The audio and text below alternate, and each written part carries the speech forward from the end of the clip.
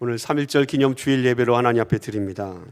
3.1절 기념 주일 예배에 어떤 말씀을 전할까 생각하다가 하나님께서 오늘 본문 말씀 느헤미야 1장의 말씀을 생각나게 하셨습니다.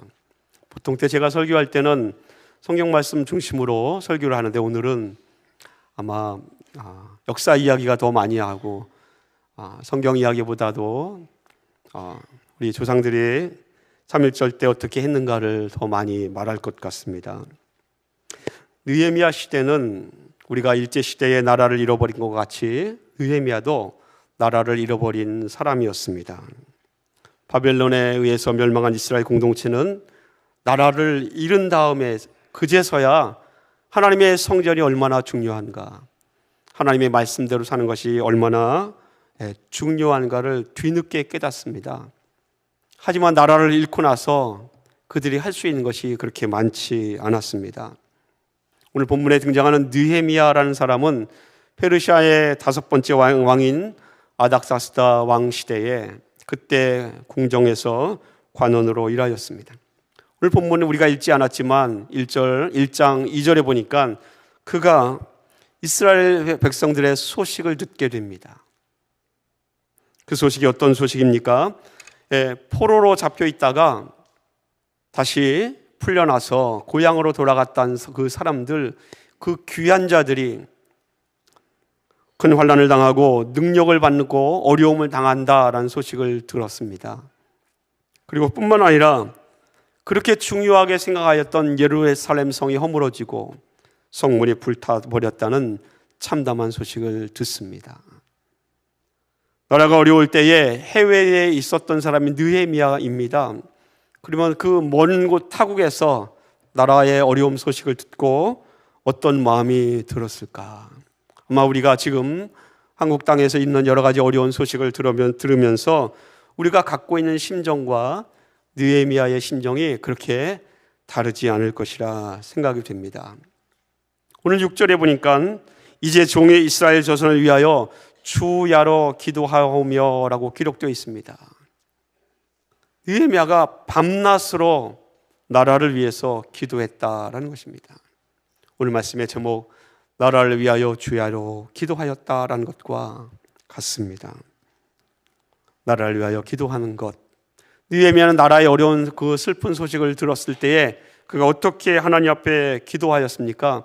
그는 금식하며 슬퍼 울며 기도하였다라고 기록되어 있습니다. 사실 저도 나라가 어렵다는 소식을 듣고 금식해 본 일이 없습니다.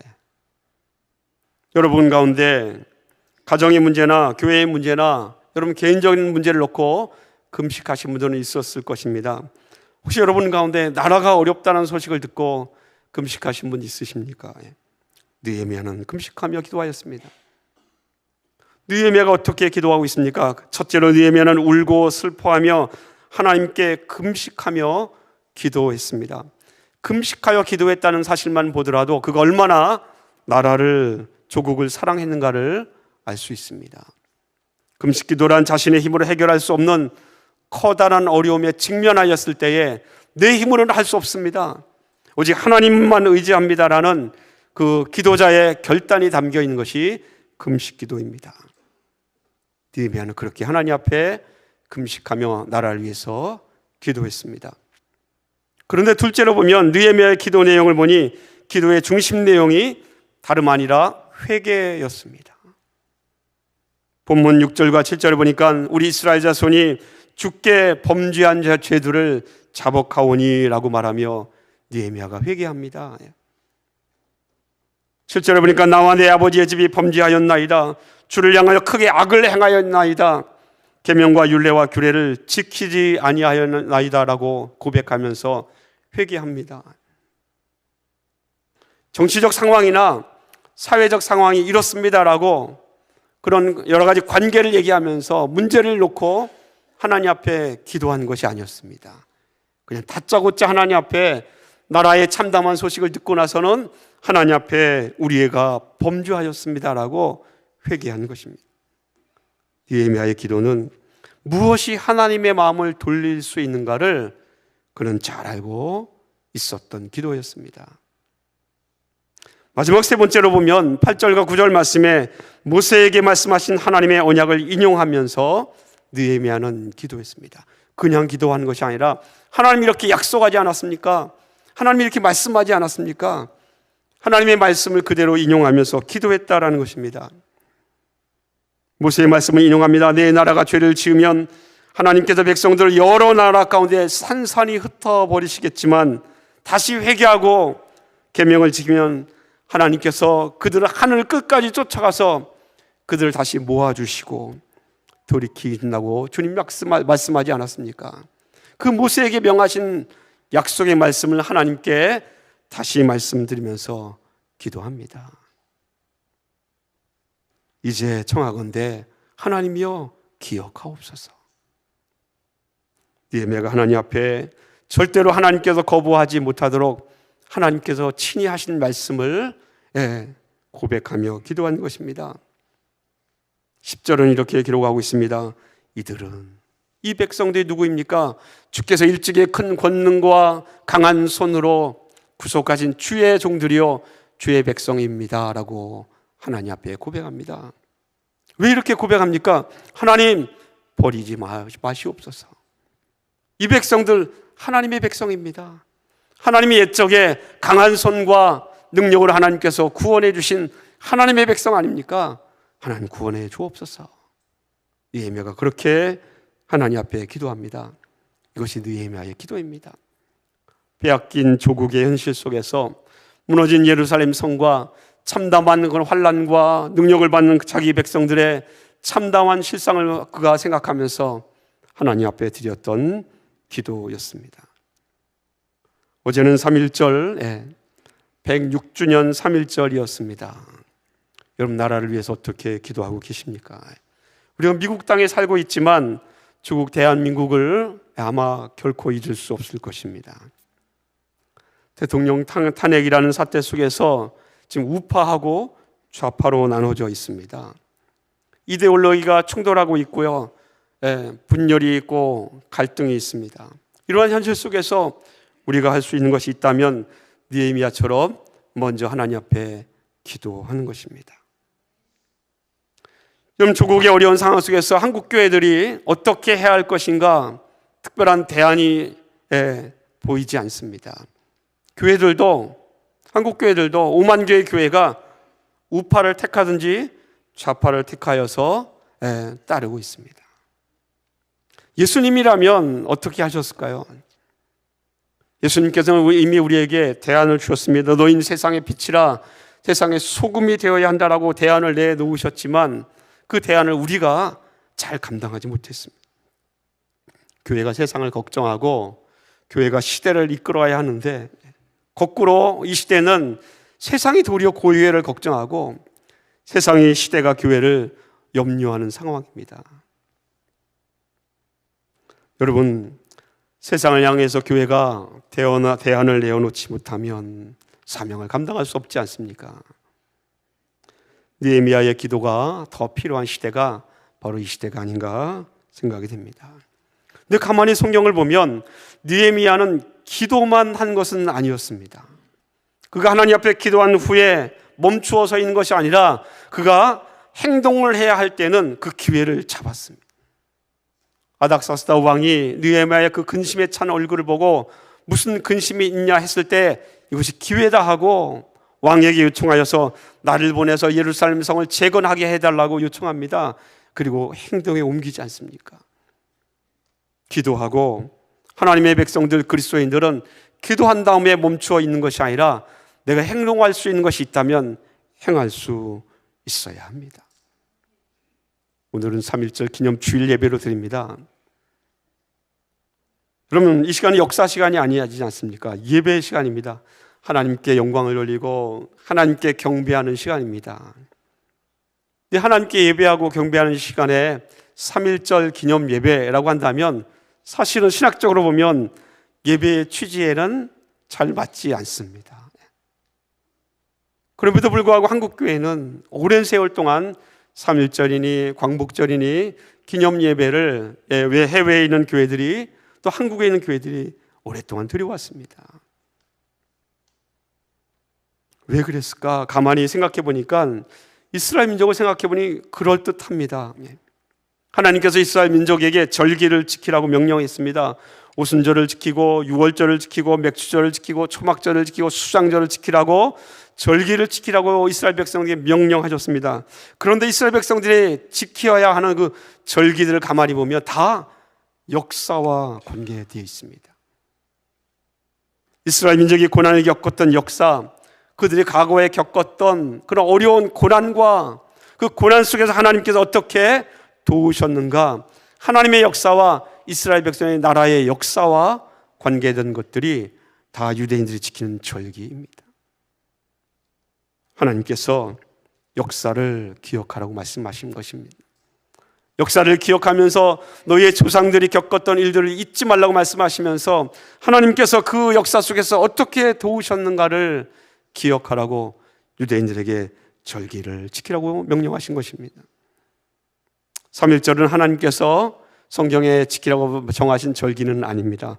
그런데 대한민국 사람들에게 이 3.1절은 잊을 수 없는 역사가 있지 않습니까?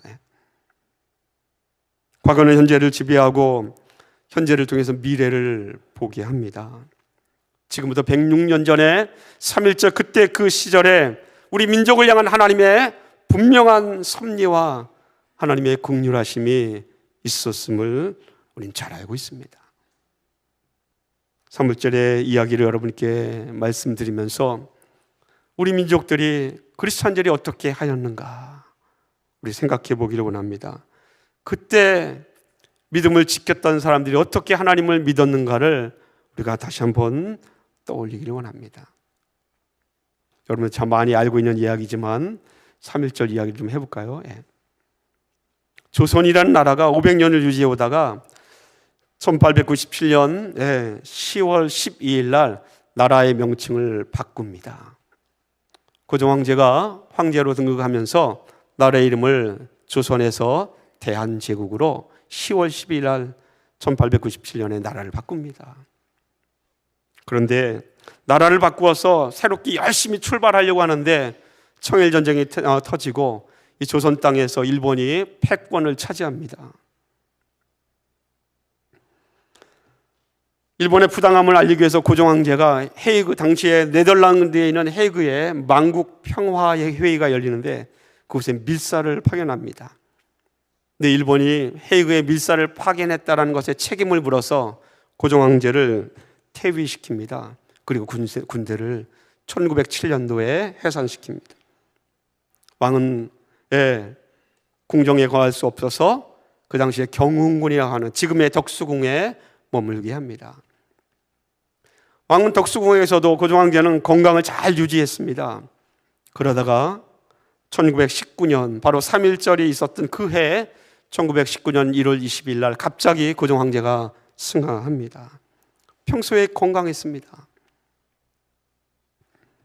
이번 아주 급하게 왕의 죽음이 뇌일혈, 지금의 중풍병이라고 그렇게 왕의 사인을 발표했습니다. 그런데 당시에 백성들 가운데 그 사실을 믿는 사람은 하나도 없었습니다. 다 일본이 독살했다라고 그 소문이 빠르게 퍼져갔습니다. 기록에 의하면 당시 고종황제의 시신을 염했던 사람들이 3명이 있었는데 그 3명이 당시 고종황제를 지켰던 무관 한진창이라는 사람에게 고종황제의 사인을 말합니다. 2명의 궁녀가 식혜를 갖다 주었는데 식혜를 마시자마자 30분이 안 되어 경련을 일으킵니다. 그리고 고종황제가 한복을 찢어야 할 정도로 팔다리가 심하게 부풀어 올랐습니다. 그러니 이가 빠지고 혀가 닳아서 없어졌다라고 염을 했던 사람이 얘기했고요. 그 이야기를 무관 한진창이 당시의 개혁운동가 윤치호선에게 얘기하여서 그 기록이 윤치호의 일기에 남아 있습니다. 그뿐만 아니라 식혜를 대령했던 궁녀 2명이 의문의 죽음을 당한 것으로 보아 많은 사람들은 황제가 독살당했다라고 믿을 수밖에 없었습니다. 세월이 흘러 일본 국내성의 기록이 발견되는데 거기에 보면 고종황제가 독립운동과 관련 있으므로 독살되었다라고 적혀 있습니다. 1919년 당시에 고종황제는 또다시 프랑스에서 열리는 만국평화회의에 밀사를 파견할 준비가 되어 있었습니다. 거기에 부담을 느낀 일본이 독살할 수밖에 없었다라는 것입니다. 1905년도에 일본과 일본의 부당한 조약이 을사조약이 맺어집니다. 을사조약이 맺어졌지만 고종황제는 14년 동안 1919년까지 그 을사조약에 서명하기를 거부했습니다. 그러니 일본이 황제를 독살했다는 소문이 기정사실로 받아들여졌습니다. 이런 상황 속에서 퍼진 소문들과 그리고 백성들의 의지가 모이게 됩니다. 결국 일본 제국의 지배에 항거하면서 한일 병합조약의 무효를 주장하게 되고요. 그리고는 대한독립의 만세를 부르짖는 1919년 김인현 3.1절 독립만세운동이 일어난 것입니다. 파가다공원에서 독립선언서가 선포되고 백성들이 거리로 쏟아졌을 때에 그 일에 서울에 있는 모든 상가가 한 달 동안 문을 닫았습니다.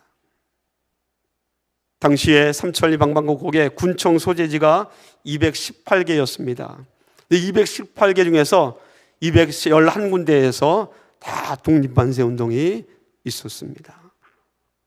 나라 안에서뿐만 아니라 중국에서, 만주에서, 시베리아에서, 미국에서, 멕시코에서 조선 사람들이 있었던 당시에 쿠바에서도 독립만세 운동이 있었다고 기록이 남겨져 있습니다. 그런 이런 독립만세 운동 가운데 기독교인은 무엇을 했을까요? 우리 그리스도인들은 무엇을 했을까라는 것입니다. 기독교인의 중심이 되어서 있었던 만세 운동이 있습니다. 몇 가지를 여러분께 소개합니다. 이런 것들입니다. 3월 1일부터 있었던 기독교인 중심의 만세 운동입니다. 평양에서 사실은 파고다 공원에서 만세 운동이 있기 몇 시간 전에 이미 평양에서 만세 운동이 있었습니다. 바로 12시 전에 10시 땡 하면 고종황제의 추모식을 거행한다라는 그런 소문과 함께 장로교인들은 숭덕학교에 모였고요. 감리교인들은 남산현교회에 모여들었습니다. 숭덕학교의 마페 선교사와 일본 순사들이 참석하여서 고종황제의 추모식이 어떻게 진행되는지를 보았습니다. 추모식이 끝났는데도 사람들이 자리를 뜨지 않았습니다. 그때에 당시에 장로교 총회장이었던 김선두 목사가 단상에 올라서 베드로전서 3장 13절부터 17절의 말씀을 읽습니다. 너희가 열심으로 선을 행하면 누가 너희를 행하여리요? 의를 위하여 고난을 받으면 복 있는 자니 그들이 두려워하는 것을 두려워하지 말고 근심하지 말고 선한 양심을 가지라. 선을 행함으로 고난받는 것이 하나님의 뜻일진데 악을 행함으로 고난받는 것보다 낫다라고 말씀을 선포하자 누군가 올라가서 단상에 올라가서 태극기를 걸었습니다. 그리고 숭실학교의 학생인 정일선이 올라와서 독립선언서를 차근차근 읽습니다. 그리고는 평양 시내로 사람들이 또 쏟아져 나가서 만세에 동참합니다. 감리교인들도 남산은교에서 추모식을 마치고 합세하여서 몇 시간이 안 되어서 평양 시내는 만세 운동을 하는 인파들로 가득 찼습니다. 일본이 대항하여서 그들을 막아섰고요. 수많은 사람들을 감옥에 가두었습니다. 장대행교회 길선주 목사는 서울에서 잡혔고 체포되었고요. 같은 장대행교회의 이덕환 장로, 윤원삼 장로 이런 사람들은 현장에서 평양에서 체포되었습니다. 남문이교회 이령 목사, 평양동교회 곽건은 목사, 서문이교회 총회장 김선두 목사, 정일설 장로, 윤기화 장로, 산정현교회 강규찬 목사, 조만치 장로들이 평양 만세운동에 의해서 감옥에 잡혔습니다. 만세운동에 참여했던 28명의 목사들 가운데 14명이 감옥에 갇혔고 수천 명이 잡혔습니다. 평양의 만세운동입니다. 이틀이 지난 3월 3일 날 평안남도 사천에서 만세운동이 있습니다. 개신기 목사 한이연 목사가 만세운동을 이끌었습니다. 그러나 일본 헌병대 무차별 사격으로 73명이 현장에서 사망합니다. 3월 4일 평남 감서원에서 만세운동이 있습니다. 사천교회 송형근 목사가 성도들 130명과 만세운동을 이끌었습니다. 성도들 가운데 한 명이 총에 맞아서 현장에서 사망했습니다. 그리고 목사와 교인들 8명이 체포되었습니다. 사천교회 목사가 체포되니까 이웃교회에 있던 원장교회 목사들과 교인들이 항의하러, 헌병대에 항의 시위하러 갑니다. 백성들이 합세하였습니다. 일본 군대가 해산하는 걸 막기 위해서 옆 사람과 팔짱을 끼고 스크럼을 짰습니다. 앞줄에 40명이 섰다고 합니다. 헌병대가 사격을 합니다. 첫 줄이 쓰러지자 그 쓰러진 사람을 넘고 두 번째 줄이 앞줄로 나갔습니다. 현장에서 43명이 사망하고 중상자들 가운데 병원에서 20명이 사망합니다. 3월 5일 군산에서 만세운동이 있었습니다. 구암교회 성도들이 만세운동을 이끌었습니다. 헌병대의 사격으로 현장에서 53명이 사망하고 72명이 실종되었고 195명이 부상한 구암교회 군산 만세운동입니다. 3월 6일 날 평안북도 정주군에서 곽산 만세운동이 있었습니다. 곽산교회를 중심으로 만세운동이 있었고 헌병대는 쇠 갈고리로 피의자들을 참살을 했습니다. 감옥에 갔던 100여 명 가운데 살아나온 사람이 50명이 채 되지 못했다고 합니다. 3월 10일 날 평안남도 맹산에서 만세운동이 있었습니다. 만세운동 가운데 기독교 지도자를 잡아서 헌병대에서 고문합니다. 그 고문하는 것에 반대하여서 시민들과 교인들이 찾아들어가서 항의하였습니다. 항의자들을 헌병대 마당으로 몰아놓고는 밖에서 문을 걸어 잠그고 사격했습니다. 현장에서 53명이 사망했습니다. 훗날의 기록에 의하면 맹산의 사건에 보면 발견된 총탄이 66발이었습니다. 66발인데 사망자가 53명입니다. 그러면 그냥 쏜 게 아니라 조준사격한 것입니다. 3.1운동 후에 한 달이 지난 4월 1일 날 천안 아운에 만세운동이 있었습니다. 기독교인들이 참여하였고 그 가운데 병천교회 교사 김규웅이 현장에서 두개골 총상을 입고 사망합니다. 그의 모친이 찾아가서 슬퍼 울 때에 찾아온 모친, 아들을 부여잡고 울고 있는 모친도 일본 순사가 칼로 창으로 찔러 죽습니다. 아운의 장터에 그때 사망자가 19명, 우리가 잘 알고 있는 유관순 열사도 그 시간에 잡힙니다. 4월 4일 익산에서 장날에 만세운동이 있었습니다. 기독교 영명학교 교사 문용기가 독립운동을 주도하였습니다. 그 태극기를 들고 앞으로 나가니까 태극기를 들고 있던 오른손을 일본 수사가 자릅니다. 떨어진 태극기를 왼손으로 잡아들었습니다. 그래서 왼손도 자릅니다. 그러자 두 팔을 잃었던 이 문용기라는 이 청년이 팔 없는 그 상태에서 앞을 향하여서 만세하러 달려나가자 순사들이 달려들어서 난자하여서 그 자리에서 순국합니다. 우리가 잘 알고 있는 4월 10일 수원 제암리 학사의 귀한 만세운동입니다. 만세운동이 일어난 뒤에 그 주동자를 잡기 위해서 일본 헌병대가 출동했습니다. 수천에 있는 42채의 총 민가 가운데 38채를 주동자를 잡는다고 불태웠습니다. 그리고 잡힌 사람들을 제암리 교회의 천도교인들과 함께 몰아넣고 밖에서 사격을 합니다. 그러 나오지 못하도록 불을 질러 죽입니다. 그 주동자들의 가족들까지 찾아내서 죽이니 제암리 사건으로 총 28명이 사망합니다. 이 사건들은 당시에 기독교인들이 주도되어서 이루어진 만세운동의 사건들입니다. 3.1 운동의 그 기록에 의하면 이 기록이 한국의 기록이 아니라 일본의 기록입니다. 3.1 운동이 있었던 3개월 동안 시위 참가자가 202만 3,098명으로 일본 총독부가 기록하고 있습니다. 시위 수가 1,500가 넘었고요. 사망자가 7,609명입니다. 3개월 동안의 통계입니다.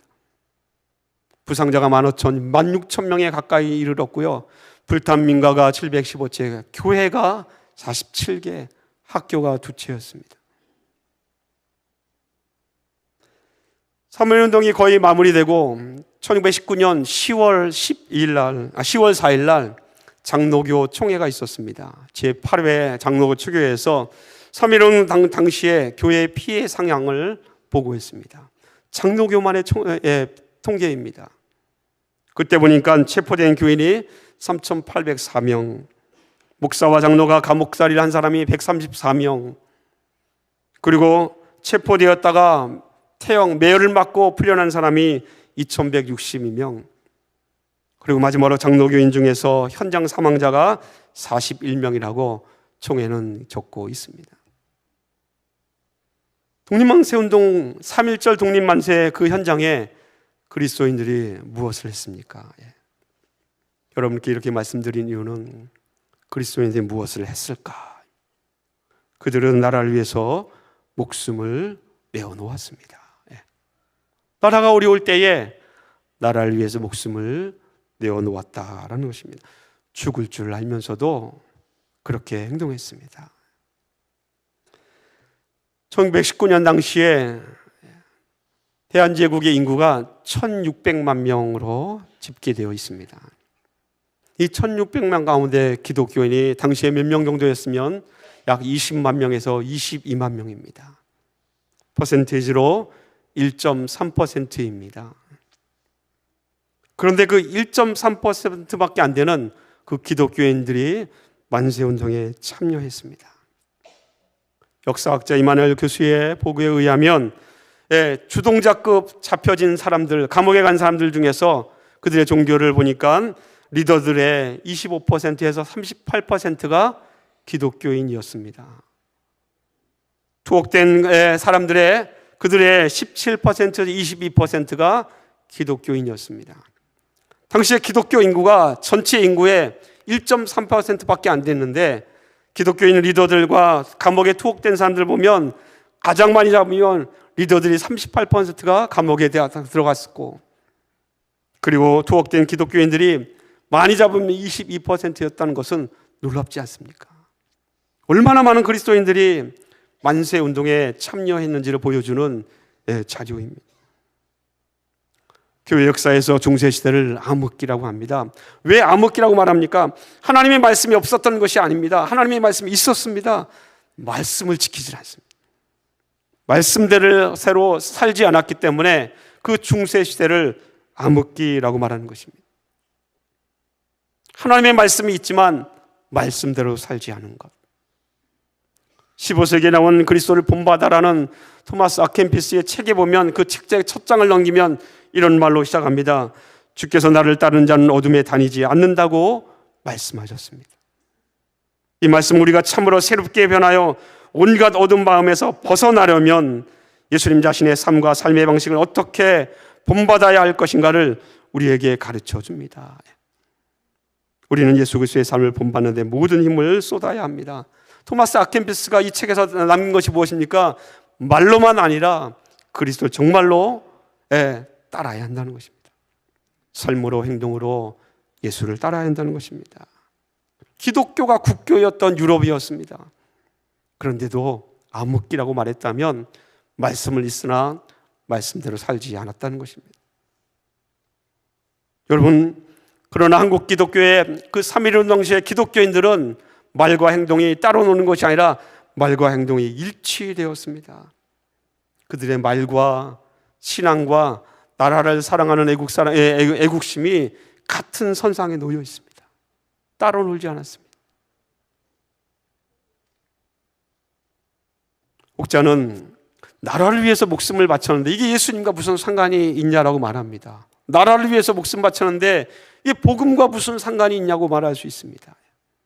근데 여러분, 3.1 운동이 마쳐진 이후에 사실은 우리나라는 더 어려워졌습니다. 그런데 교회는 달랐습니다. 전도에서 교회로 사람들이 온 것이 아니라 나라를 위해서 희생했던 그리스도인들의 모습을 그들이 보았고 알았기 때문에 불신자들이 그리스도인들을 향하여서 당신들은 예수 믿는 사람입니다, 그렇게 인정해 주었습니다. 성도가 성도다움을 잃지 않고 교회가 교회다움을 잃지 않았더니 세상의 교회를, 성도들을 인정하는 것입니다. 불신자들이 교회로 들어왔습니다. 우리는 때때로 기독교인들이 사회적 이슈가 있을 때에, 정치적인 이슈가 있을 때 믿음의 문제와 행동의 문제 때문에 고민하곤 합니다. 그것이 사회와 정치와 관계될 때는 더더욱 어떻게 해야 할지를 모를 때가 많이 있습니다. 저도 그렇습니다. 여러분, 한국교회 상황에, 한국의 지금 상황에서 여러분 우파입니까? 좌파입니까? 어떤 것을 택하는 것이 옳습니까? 이런 진퇴양락 속에서 어떤 사람은 우파를, 어떤 사람은 좌파를 택합니다. 그런 속에서 개혁자, 종교개혁자 마틴 루터가 우리에게 아주 귀중한 말씀을 남겼습니다. 이런 내용입니다. 우리는 모범이신 그리스도와 선물이신 그리스도를 잘 구별해야 한다. 선물이신 그리스도는 그대의 믿음을 자라게 하여 그대를 그리스도인으로 만든다. 모범이신 그리스도는 그대를 행동하게 만든다. 하지만 행동은 그대를 그리스도인으로 만들지 않는다. 행동은 이미 그리스도인이 된 그대에게서 나오는 것이기 때문이다 라고 루터가 말한 내용입니다. 무슨 뜻입니까? 행함으로 그리스도인이 되는 것이 아니라 기독교인이기 때문에 행한다라는 것입니다. 1919년 만세운동 당시에 평양 만세운동에서 단성에 올라가 하나님의 말씀을 읽었던 김선두 목사가 읽었던 베드로전서 3장 13절로 17절 말씀은 그리스도인의 의와 그리스도를 행하는 선한 행동들, 선한 양심이 그냥 나오는 것이 아니라 너희들의 믿음에서 그 행동이 나온다라고 그렇게 말씀하고 있습니다. 행동으로 우리의 믿음을 증명하는 것이 아니라 우리의 믿음 때문에, 믿음이 있기 때문에 행한다라는 것입니다. 예수님께서는 십자가의 그 영광과 부활의 승리를 이루시기 위해서 먼저 십자가에서 예수님은 죽으셔야만 했습니다. 먼저 고난을 겪고 죽으셔야 십자가의 그 영광과 승리를 예수님께서 열매로 가져올 수 있기 때문에 그렇습니다. 그러나 예수님께서는 당신이 죽으신다는 사실, 십자가에서 죽으시다는 이 사실을 결코 희생으로 여기지 않으셨습니다. 요한복음 17장에 보면 예수님께서는 그 십자가의 죽음을 희생이 아니라 도리어 영광으로 생각하셨습니다. 이것으로 인하여서 하나님께서 내게 말씀하신 바를 통하여서 내가 하나님을 영화롭게 하기를 원합니다 라고 예수님이 기도하지 않았습니까? 마찬가지로 생명을 아끼지 않고 나라를 위해서 목숨을 희생한 한국교회 믿음의 선배들은 나라를 위해서 목숨을 바치는 것을 희생으로 생각하지 않고 영광으로 생각했습니다. 자랑스럽게 생각했습니다.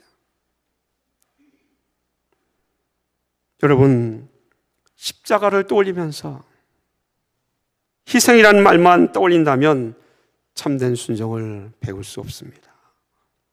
왜냐하면 참된 순종은 굴복을 굴복으로 여기지 않고 희생을 희생으로 여기지 않는다라고 토절한 신학자가 말했습니다. 제가 참 좋아하는 신학자인데요. 고난을 당하고 있지만 고난이라고 생각이 되지 않습니다. 굴복을 당할 수밖에 없는 조건이지만 굴복당하지 않습니다. 고난과 굴복의 상황 속에서 오히려 하나님의 영광을 찾고요, 하나님의 기쁨을 그가 마음에 고백합니다. 로마서 8장에 보면 8장의 마지막 부분에 세상의 그리스도인들을 넘어뜨리기 위해서 어떻게 하고 있는지를 기록하고 있습니다. 세상의 그리스도인들을 올가매기 위해서 고난을 주고 환난을 주고 시험을 주고 위험을 주고 칼을 주고 죽음을 주면서 우리를 묶으려고 합니다. 근데 사도 바울이 어떻게 고백합니까? 결코 그리스도인들은 이런 고난과 환난과 시험과 환난과 칼과 죽음에 묶여지지 않는다라고 바울이 고백합니다.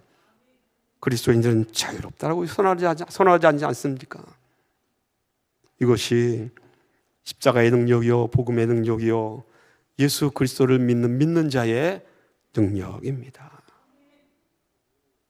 지금부터 106년 전에 만세운동의 현장에서 나라를 위해서 독립만세를 외쳤던 수많은 한국의 사람들뿐만 아니라 그 가운데 있었던 수많은 기독교인들, 그들은 넘치게 나라를 사랑했고 나라를 위해서 목숨을 영광스럽게 내어놓았습니다.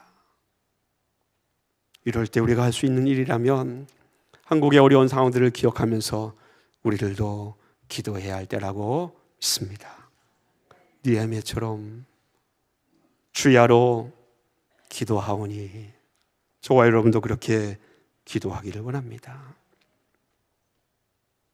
말씀을 마치면서 1919년 4월 1일 아우네 장터 독립만세 운동을 준비하였던 한 소녀가 3월 마지막 날, 그 다음 날에 만세 운동을 계획하면서 하나님께 드린 기도문을 여러분께 읽어드리고 말씀을 마칩니다.